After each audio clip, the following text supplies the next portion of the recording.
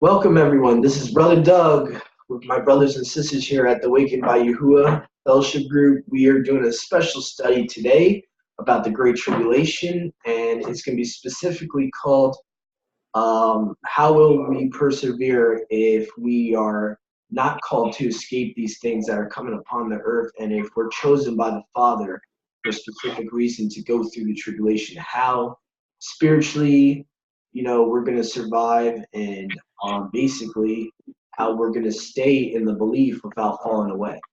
So here we go. First things first, we're going to go to the dividing of the two main groups that are in the body of Messiah. We're first going to go to Revelations 14, verse 12, and I'm going to put my share screen on for the viewers.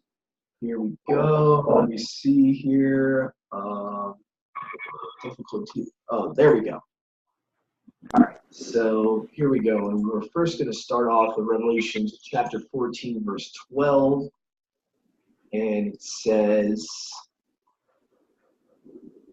"Here's the patience of the set apart ones.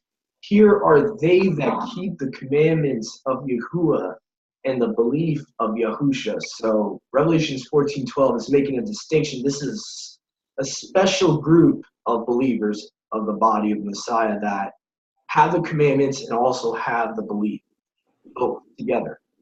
So now we're going to go to Revelations 12:17. Chapter 12, verse 17 in Revelation says, "And the dragon was angry with the woman and went to make war with the remnant of her seed, which keep the commandments of Yahuwah and the belief of Yahusha the Messiah." Now, obviously, the woman, symbolic to assembly, and I believe personally, I believe that the woman is the same as the set apart ones.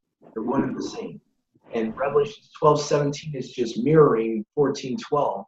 And saying that Hashatan, the dragon, is going to make war with the remnant of her seed, which keep the commandments of Yahuwah and have the belief or testimony of Yahusha the Messiah. So this is the same thing as the set apart one. So now, for some reason, he can't get to the woman.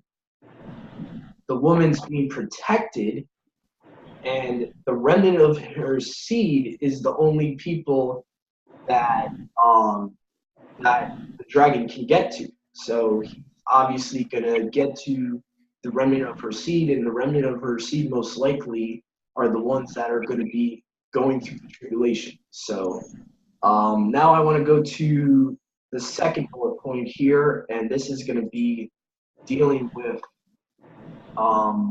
what the second group must go through if they're not counted worthy to escape all things that are coming upon the earth and escape the hour of temptation. So we go to Revelations chapter 7, verse 14. "And I said unto him, Sir, you know. And he said to me," Revelations chapter 7, verse 14. "And I said unto him, Sir, you know. And he said to me, These are they which came out of the great tribulation, and have washed their robes, and made them white in the blood of the Lamb. Therefore are they before the throne of Yahuwah, and serve him day and night in his temple. And he that sits on the throne shall dwell among them. They shall hunger no more, neither thirst any more, neither shall the sun light on them, nor any heat. For the Lamb which is in the midst of the throne shall feed them, and shall lead them unto living fountains of waters, and Yahuwah shall wipe away all tears from their eyes." So that's Revelation 7, verses 14 to 17, basically talking about this group that Yahuwah sovereignly chose to have them go through the tribulation, and this is their reward. Their robes are washed white, and now they are before Yahuwah in his physical temple, in his dwelling. And so they actually get to dwell with the Father, right in front of him, seeing him as he is. So, and I also want to get into here, let's see, we got Revelations chapter 6, verses 10 to 11. And I'm going to go to chapter 6, verse 10 to 11 here. And this is the chapter before the one I just read, so this gives you some context here. Verse 10 says, "And they cried with a loud voice, saying, How long, O Yahuwah, set apart and true, do you not judge and avenge our blood on them that dwell on the earth? And white robes were given unto every one of them, and it was said unto them that they should rest yet for a little season until their fellow servants also and their brethren, their brothers, should be killed as they were, should be fulfilled." So this is a group that was chosen for martyrdom, that was chosen to be martyred for the testimony of Yahusha. And basically, Yahuwah is going to avenge those that are martyred. So people might be worried, oh, what if I'm killed? Well, even if you are killed for your testimony, you receive a much greater prize in the kingdom than what you would receive on earth saving your own life, as Yahusha talks about in the Besorah accounts.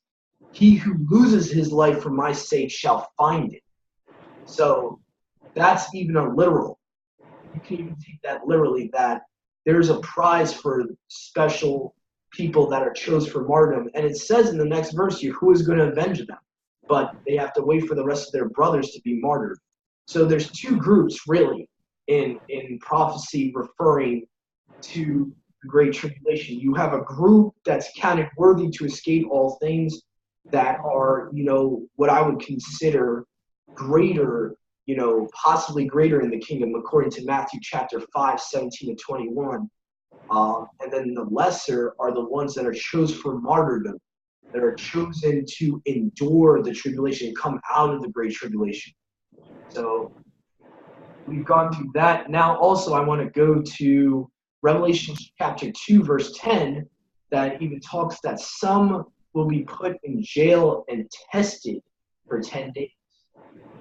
And Revelations 2:10 says, "Fear none of those things which you shall suffer." So basically, Yahusha is saying, do not be afraid that you're going to suffer these things.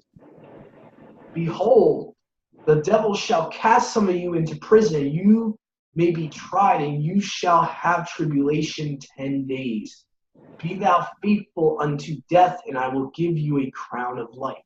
So that's the reward of being faithful to Yahusha, to Yahuwah, unto death.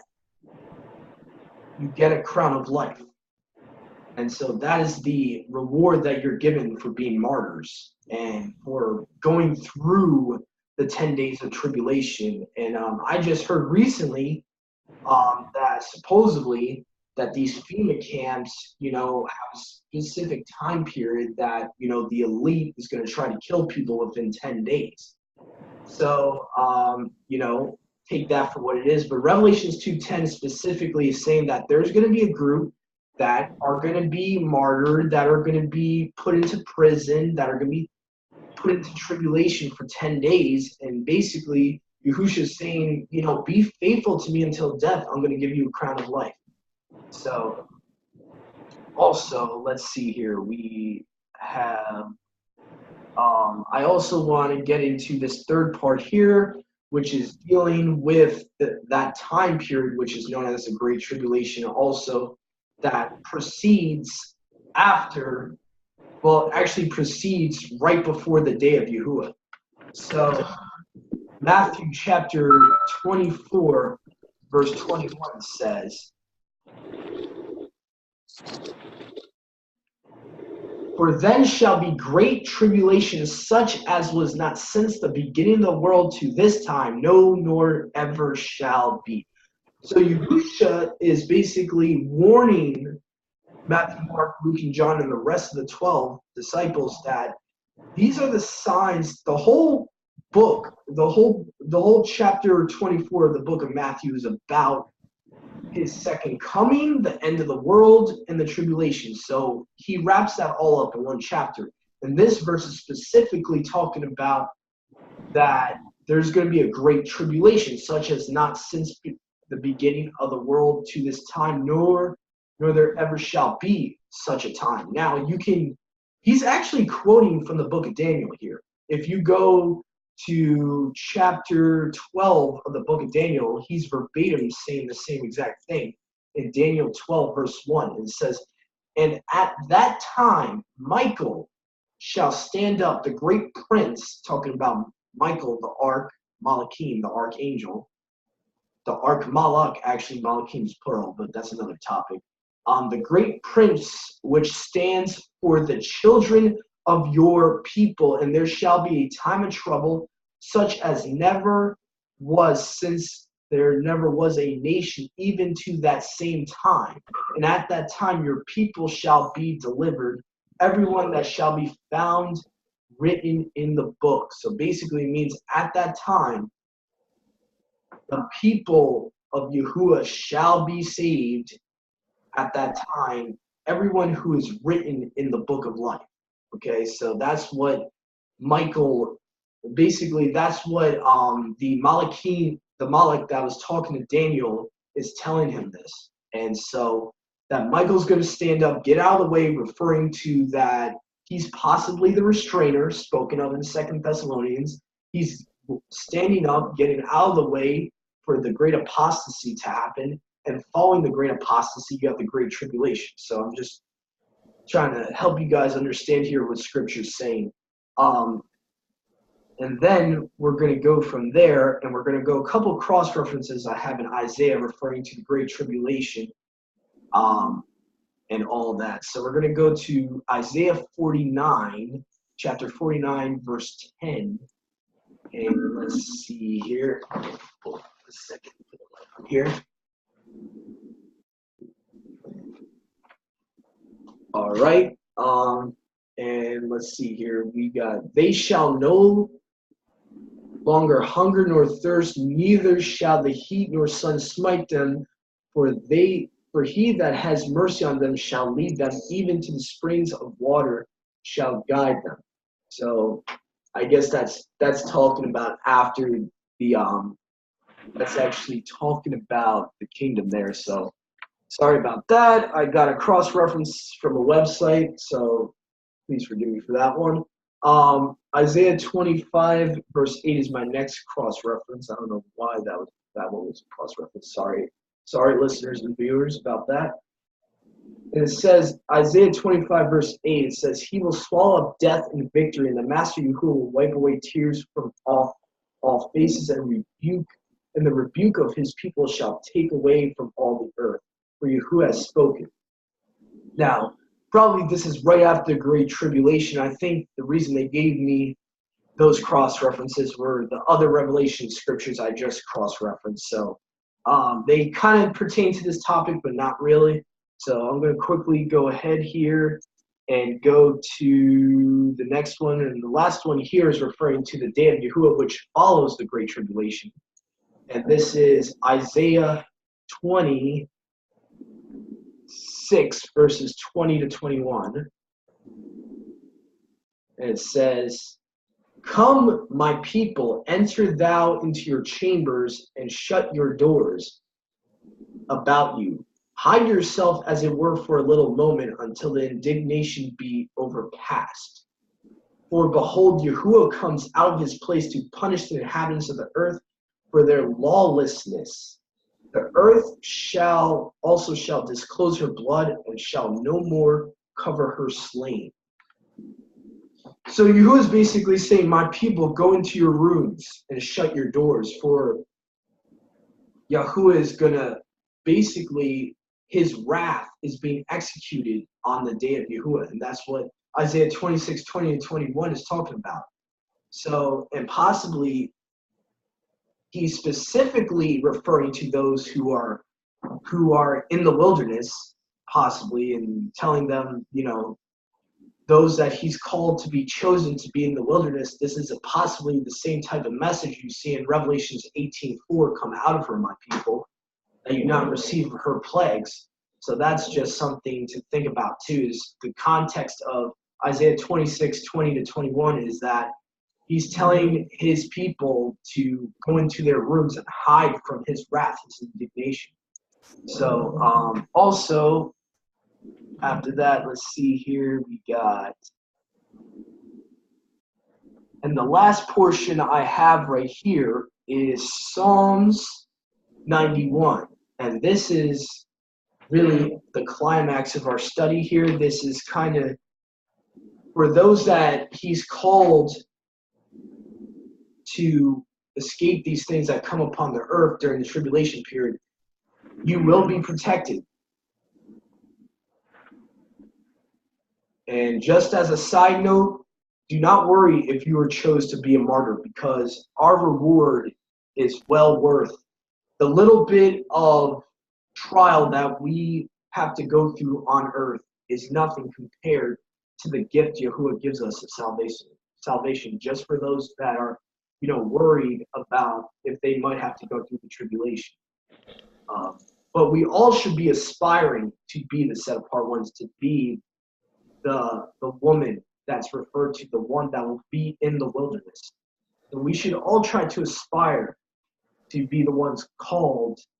According to the book of Luke, it says those that are counted worthy. We should all shoot for that. That should all be our goal. But we're going to end here with Psalms 91, verses 1 to 16. It says, "He who dwells in the secret place of the Most High shall abide under the shadow of the Almighty. I will say of Yahuwah, he is my refuge and my fortress, my Elohim, in him will I trust. Surely he shall deliver you from the snare of the fowler and from the noisome pestilence. He shall cover you with his feathers, and under his wings shall you trust. His truth shall be your shield and buckler. You shall not be afraid for the terror by night, for the arrow shall flee by day, nor for the pestilence that walks in darkness, not for the destruction that wastes at noonday. 1,000 shall fall at your side and 10,000 at your right hand, but it shall not come near you.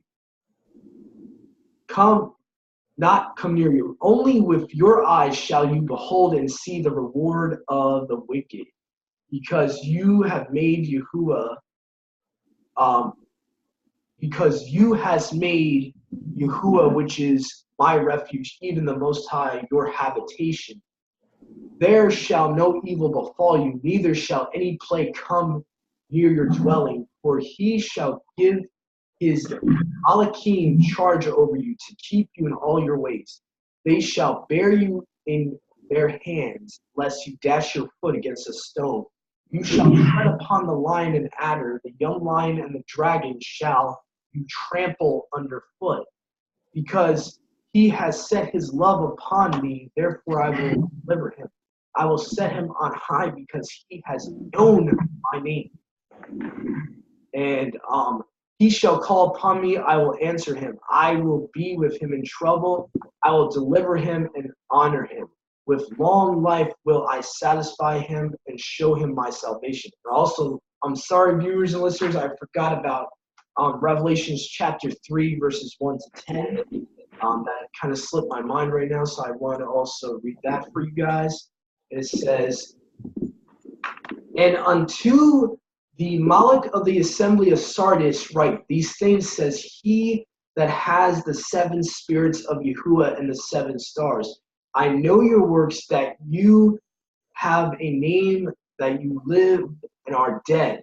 Be watchful and strengthen the things which remain, that are ready to die, for I have not found your works perfect before you. Remember, therefore, how you received and heard, and hold fast and repent. If therefore you shall not watch, I will come on you as a thief in the night. You shall not know what hour I will come upon you." So basically meaning that their works are not perfect before Yahuwah, and he is going to come upon them as a thief in the night because they are not watching. They are spiritually asleep. Okay, verse 4. "You have a few names even in Sardis which have not defiled their garment, and they shall walk with me in white, for they are worthy." So defile their garments. Now, garments obviously is being spiritual for a lot of times Yahuwah will say you are naked when he's referring to sin. So garments are referring to righteousness, if that makes any sense. They shall walk with me in white, for they are worthy. He that overcomes, the same shall be clothed in white raiment, and I will not blot out his name out of the book of life, but I will confess his name before my Father and before his Malachim. He that hath an ear, let him hear the Spirit, what the Spirit says unto the assemblies, and to the Malach of the assembly in Philadelphia write, these things says he that is set apart, he that is true, he that has the key of David, he that opens and no man shuts, and shuts and no man opens. I know your works, behold, I have set before you an open door, and no man can shut it, for you have a little strength, and have kept my word, and have not denied my name. So verse 8 is very important, because it's saying, in context, is saying, you have not denied my name, meaning you have not denied the name of the Messiah, the true name of the Messiah, Yahusha, and also you have also kept my word, meaning keeping the commandments. So these two things seem to be correlating with being counted worthy to escape the tribulation. So verse 8, I would say, is definitely important. If we are striding to be the bride, striding to be the greatest in the kingdom, striding to be the woman in the wilderness, we need to definitely keep in mind that we need to not deny his name, and we need to keep his commandments. And so on that, I would like to close this study out. If my brothers and sisters have anything they would like to add or comment on, we can do right now.